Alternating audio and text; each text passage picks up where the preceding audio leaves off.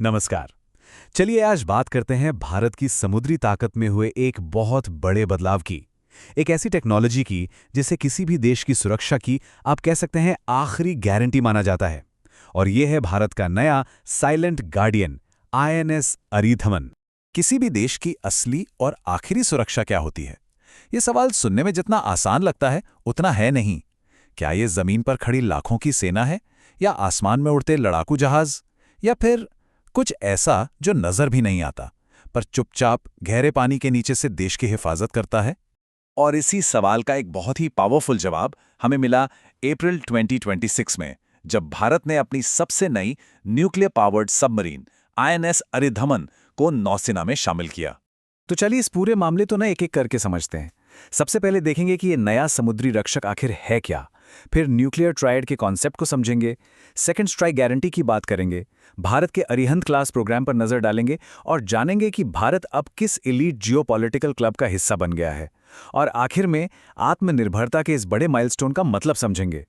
तो चलिए शुरू करते हैं पहले हिस्से से और जानते हैं भारत के नौसेना के बेड़े में शामिल हुए इस नए प्रहरी आईएनएस अरिधमन के बारे में। तो ये आईएनएस अरिधमन आखिर है क्या? देखिए, ये एक एसएसबीएन है, मतलब ship submersible ballistic nuclear submarine. ये अरिहंत क्लास की तीसरी देसी पनडुब्बी है। पर इसकी सबसे खास बात क्या है पता है? ये अपने पुराने साथियों से कहीं ज्यादा बड़ी, और हैरान करने वाली बात यह है कि उससे भी ज्यादा शांत है। समंदर की गहराइयों में इसकी खामोशी ही इसे और भी ज्यादा खतरनाक बनाती है। और इसका मिशन सिर्फ एक, भारत की स्ट्रेटेजिक डेटरेंस यानी सामरिक निवारण क्षमता को इतना मजबूत बनाना कि कोई दुश्मन हमला करने की सोचे भी नहीं। तो ठीक है, ये पनडुब्बी खास है, लेकिन ये इतनी ज्यादा जरूरी क्यों है? इसकी असली वजह छिपी है एक कॉन्सेप्ट में जिसे कहते हैं न्यूक्लियर ट्रायड। न्यूक्लियर ट्रायड का मतलब है कि आपके पास न्यूक्लियर हमला करने के 3 अलग अलग रास्ते होने चाहिए। पहला, जमीन से, जहां से आप मिसाइलें लॉन्च कर सकें। दूसरा, हवा से, जहां आपके लड़ाकू जहाज परमाणु हथियार ले जा सकें। और तीसरा और सबसे अहम, समंदर के नीचे से, जहां आपकी पनडुब्बियां मौजूद हो। तो इस ट्रायड के ये 3 पिलर्स हैं: जमीन, हवा और समंदर। जमीन पर साइलो बेस्ड बैलिस्टिक मिसाइलें, हवा में स्ट्रेटेजिक बॉम्बर एयरक्राफ्ट्स और समंदर के अंदर बैलिस्टिक मिसाइल सबमरीन्स।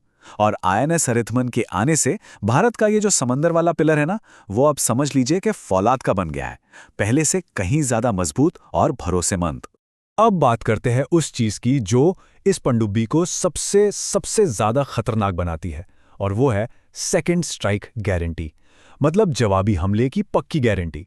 जैसा कि एक्सपर्ट्स भी मानते हैं कि ये जो एसएसबीएन्स होती हैं ना, ये किसी भी देश के न्यूक्लियर ट्रायड का वो हिस्सा होती हैं जिसे तबाह करना लगभग नामुमकिन है। क्यों? क्योंकि ये छिप सकती हैं और इनकी ताकत की कोई सीमा नहीं है। ये महीनों तक गहरे पानी में रह सकती हैं। अच्छा, इसको और आसानी से समझने के लिए जरा एक नॉर्मल पनडुब्बी और इस न्यूक्लियर पावर्ड एसएसबीएन को आमने सामने रखते हैं। देखिए, जो पारंपरिक पनडुब्बियां होती हैं, उन्हें ईंधन के लिए या अपनी बैटरी चार्ज करने के लिए बार बार समंदर की सतह पर आना पड़ता है, और जैसे ही वो सतह पर आती हैं, उनके पकड़े जाने का खतरा बढ़ जाता है। वहीं दूसरी तरफ ये एसएसबीएन्स ये महीनों तक पानी के नीचे रह सकती हैं बिना किसी को भनक लगे। और यहीं से आता है सेकंड स्ट्राइक का पूरा कॉन्सेप्ट। इसका सीधा सा मतलब यह है कि मान लीजिए किसी देश पर पहला परमाणु हमला हो भी गया, तो भी समुद्र की गहराइयों में छिपी ये पनडुब्बी पलटकर ऐसा जबरदस्त जवाब देगी कि हमला करने वाला देश सोच भी नहीं सकता। सही मायनों में ये एक अल्टीमेट इंश्योरेंस पॉलिसी है। एक बात और समझनी जरूरी है, ये जो आईएनएस अरिधमन है ना, ये अचानक से कहीं से नहीं आ गई है।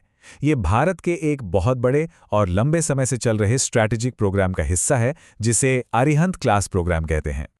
इन पनडुब्बियों को विशाखापट्टनम में एक बेहद गोपनीय प्रोजेक्ट के तहत बनाया गया है, जिसका नाम है एडवांस्ड टेक्नोलॉजी वेसल या एटीवी प्रोजेक्ट।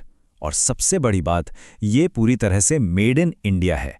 इस प्रोग्राम की जर्नी को देखें तो कहानी शुरू हुई 2016 में, जब आईएनएस अरिहंत आई। फिर 2024 में आईएनएस अरिघाट, और अब 2026 में आईएनएस अरिधमन ने इस ताकत को और भी बढ़ा दिया है। ये जो टाइमलाइन है ना, ये साफ दिखाती है कि भारत लगातार और स्टेप बाय स्टेप अपनी इस बेहद मुश्किल टेक्नोलॉजी पर काम कर रहा है। तो ठीक है, भारत ने ये बना लिया, पर दुनिया के नक्शे पर इसका क्या मतलब है? इसका मतलब ये है कि भारत अब एक बहुत ही एक्सक्लूसिव क्लब का मेंबर बन गया है।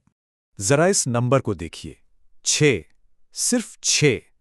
ये एक छोटा सा नंबर लग सकता है, पर जियोपॉलिटिक्स में इसका वजन बहुत ज्यादा है। ये वो देश हैं जिनके पास ये खास टेक्नोलॉजी है। अमेरिका, रूस, यूके, फ्रांस, चीन, और अब इस एलीट लिस्ट में शान से नाम जुड़ गया है भारत का। चलिए अब थोड़ा जूम इन करते हैं और इस कामयाबी के पीछे की देसी कहानी को समझते हैं, क्योंकि ये सिर्फ एक हथियार नहीं है, ये भारत की टेक्नोलॉजी और आत्मनिर्भरता का एक बहुत बड़ा सबूत है। ये पनडुब्बी आत्मनिर्भर भारत की जो सोच है ना, उसका एक जीता जागता उदाहरण है।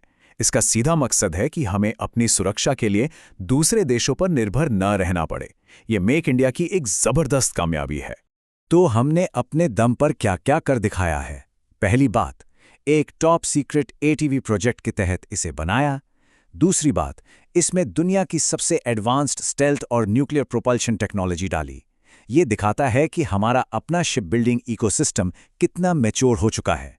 और हाँ, नौसेना में शामिल करने से पहले इसे हर मुश्किल से मुश्किल टेस्ट से गुजारा गया। तो लब्बो-लुबाब ये है कि इस एक कामयाबी ने हिंद प्रशांत क्षेत्र में, जहां कंपटीशन लगातार बढ़ रहा है, भारत की स्थिति को और उसकी आवाज को बहुत ज्यादा मजबूत कर दिया है। ये इस पूरे इलाके में शक्ति का संतुलन बनाए रखने में एक अहम रोल निभाएगी। और जाते जाते एक सवाल, आज का जमाना एडवांस सर्विलांस का है।